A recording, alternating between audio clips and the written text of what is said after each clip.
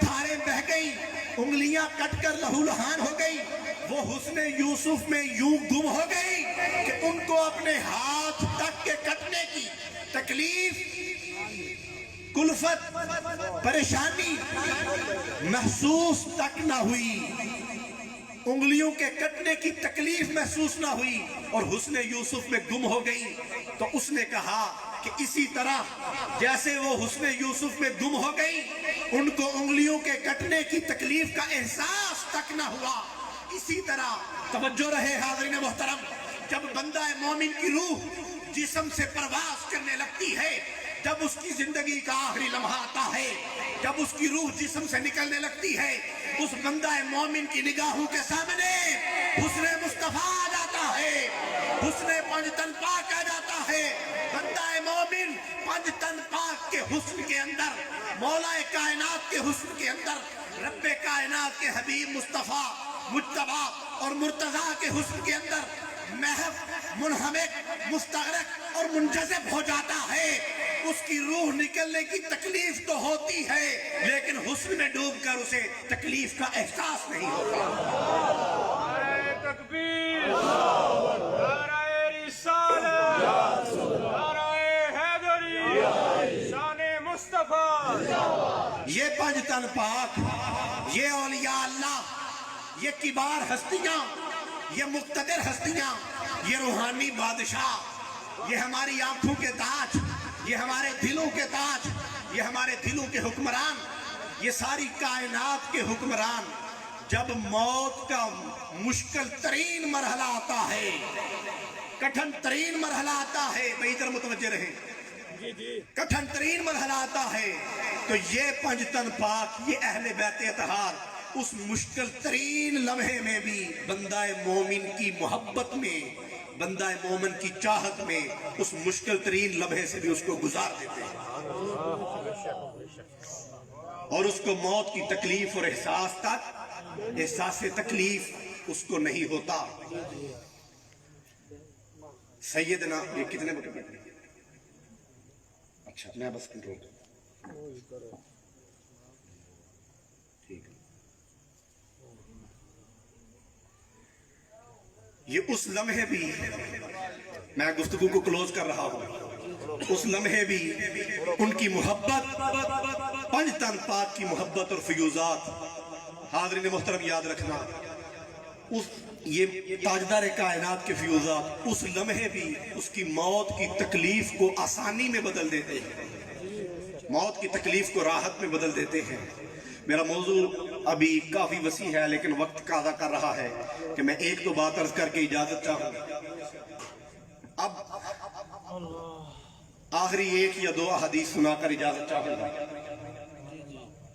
ساری کائنات، سارے انبیاء، نعرہ تکبیر، نعرہ رسالت، نعرہ حیدری، نعرہ تحقیق، ساری کائنات، سارے انبیاء، سارے رسول، سارے اولیاء، سارے اتقیاء، سارے نجباء، سارے صوفیاء، سارے اغیاث، سارے ابدال، جتنے بھی نقباء ہیں، نجباء ہیں، اولیاء ہیں، مومنین ہیں، اتقیاء ہیں، صوفیاء ہیں، سب کے سب انبیاء اور رسول، سب کے سب حاضرین محترم، ان کی زندگی کا ایک ہی سب سے بڑا نعرہ ہوتا ہے کہ اپنے آقا و مولا صلی اللہ علیہ وآلہ وسلم کو جب خطاب کریں، جب بلائیں، کیا کریں؟ جب بلائیں شرف ملاقات ہو، تو ایک ہی باطنی اور قلبی جذبہ ہوتا ہے، وہ کہتے ہیں کہ آپ پر میرے ماں باپ قربان ہوں یا رسول اللہ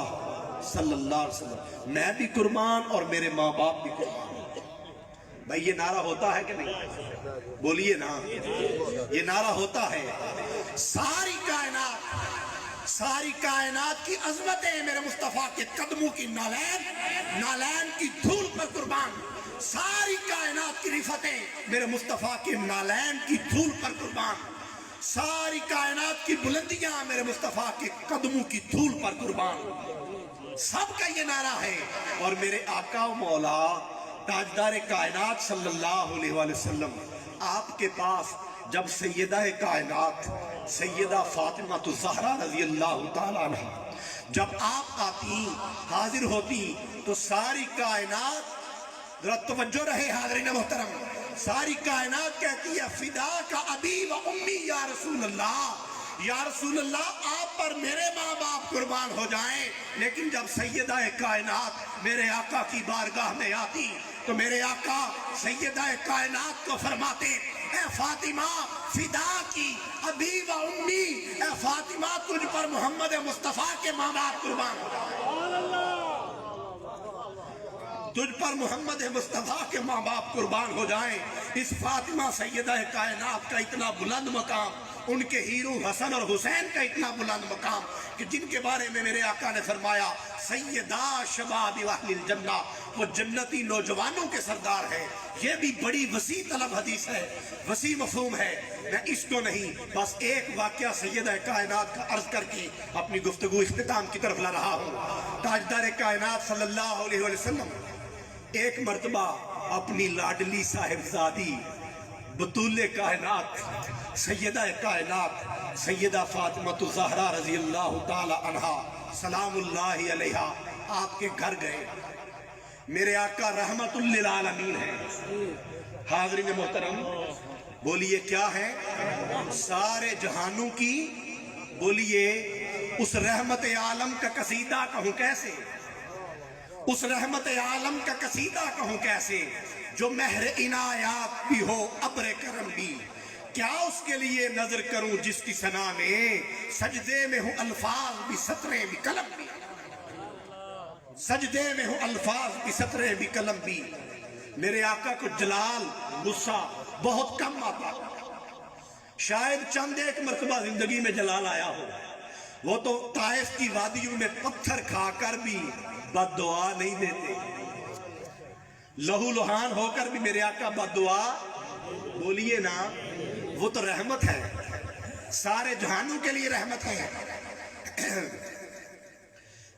تاجدار کائنات صلی اللہ علیہ وسلم سید کائنات کے گھر گئے، دروازہ کھٹکھٹایا، ناک کیا، ایک مرتبہ کیا، پھر کیا، پھر کیا، سیدہ کائنات دروازہ نہیں کھول رہی،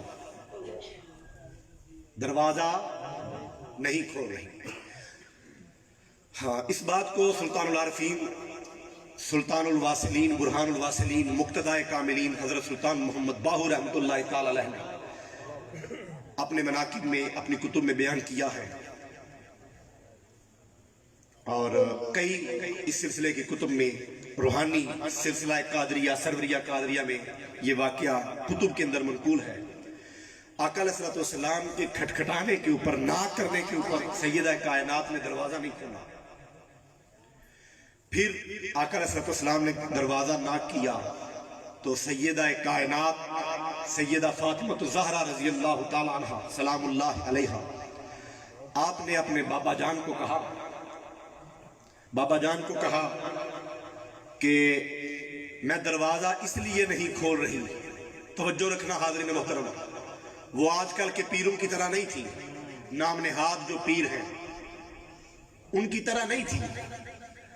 ان کے فقر کا کیا حال تھا؟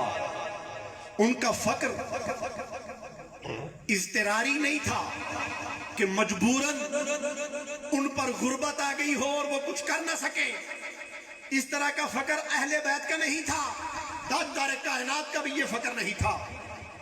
یہ فقر تو انسان کو بعض دفعہ کفر تک لے جاتا ہے، ان کا یہ فقر نہیں تھا، بلکہ ان کا یہ فقر تھا کہ ساری کائنات کے خزانے، ساری کائنات کی دولتیں، ساری کائنات کا مال، ساری کائنات کے خزانے ان کے دستے قدرت میں تھے، ان کے ہاتھ میں تھے، ان کے تصرف میں تھے۔ ساری کائنات کے خزانے اپنے تصرف میں رکھ کر بھی گھر میں کچھ نہیں رکھتے تھے، غرباء کو بانٹ دیتے تھے۔ یہ تھا فقر اختیاری۔ بولیے یہ کیا تھا بھائی، بولیے یہ کیا تھا؟ فقر اختیاری تھا، اضطراری نہیں تھا۔ انہوں نے کہا کہ ابا جان، بھائی توجہ رکھنا، میں بات ختم کرنے لگا ہوں۔ انہوں نے کہا کہ ابا جان، گھر پر ساحل آتے ہیں، سوالی آتے ہیں، گھر پر منگتے آتے ہیں، تو فاطمہ کسی منگتے کو خالی نہیں لوٹاتی، فاطمہ کسی سائل کو خالی نہیں لوٹاتی، فاطمہ کسی بھکاری کو خالی نہیں لوٹاتی۔ گھر پر سائل آتے رہے، سوالی آتے رہے، سوال کرتے رہے، میں ان کو اپنے گھر کا مال و متاع دیتی رہی، حتیٰ کہ میں نے اتنا مال و متاع دیا، اپنے سر کے اوپر رکھنے کے لیے جو چادر تھی وہ بھی ایک بھکاری اور منگتی کو عطا کر دی۔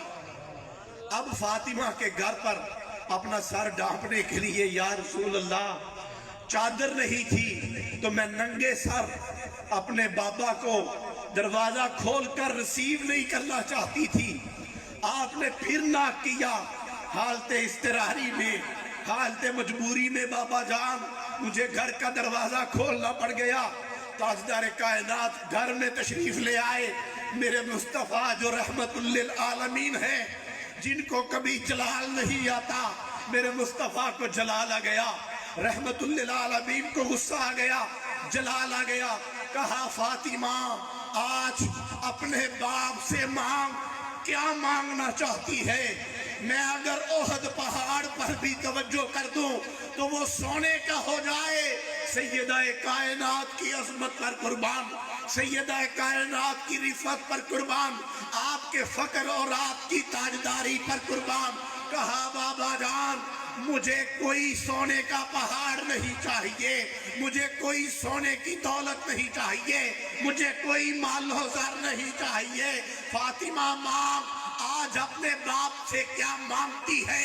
آج مصطفیٰ کا دریائے رحمت جوش میں ہے، فاطمہ مانگ لے کیا مانگتی ہے۔ میرے آقا نے بس جب یہ بات کی، سیدہ کائنات نے کہا بابا جان آپ اپنی امت میں جو فقر کے بادشاہ ہوں گے ان کے فقر کے بادشاہوں کی مجھے پہلی سلطان الفقر بنا دیں۔ سلطان الفقر وہ ہوتا ہے کہ ساری کائنات کے اولیاء، اغیاث، اقطاب، ابدال اس کے قدموں کے نیچے بیٹھے ان کو ولایت ملتی ہے۔ اب سیدہ کائنات سیدہ فاطمہ الزہرا کو تاجدار کائنات صلی اللہ علیہ وسلم نے پہلی سلطان الفقر بنا دیا۔ اب آخری بات کہ قیامت تک، آخری بات یہ ہے کہ قیامت تک جس کو جو کچھ ملتا ہے خدا کی عزت کی قسم سیدہ کائنات کے توسل اور تصدق سے ملتا ہے۔ اللہ تعالیٰ سے دعا ہے کہ اللہ تعالیٰ ہمیں پنجتن پاک، اہل بیت کرام، صحابہ کرام رضوان اللہ علیہ مجمعین، ائمہ اطہار، سلطان الفقراء، اولیاء، اقطاب، اغیاث، تمام سلاسل کے اکابر اولیاء، ان کے ساتھ اپنے ظاہر و باطن کو وابستہ اور پیوستہ کرنے کی توفیق عطا فرمائے، اور جس طرح آپ احباب اپنی محبت اور چاہت کا اظہار کرنے کے لیے اس آستانے پر جمع ہوئے ہیں، اللہ تعالیٰ ہمیں اپنا تعلق اولیاء کے ساتھ اسی نہج پر استوار کرنے کی توفیق عطا فرمائے۔ وما علیہ الا البلاغ۔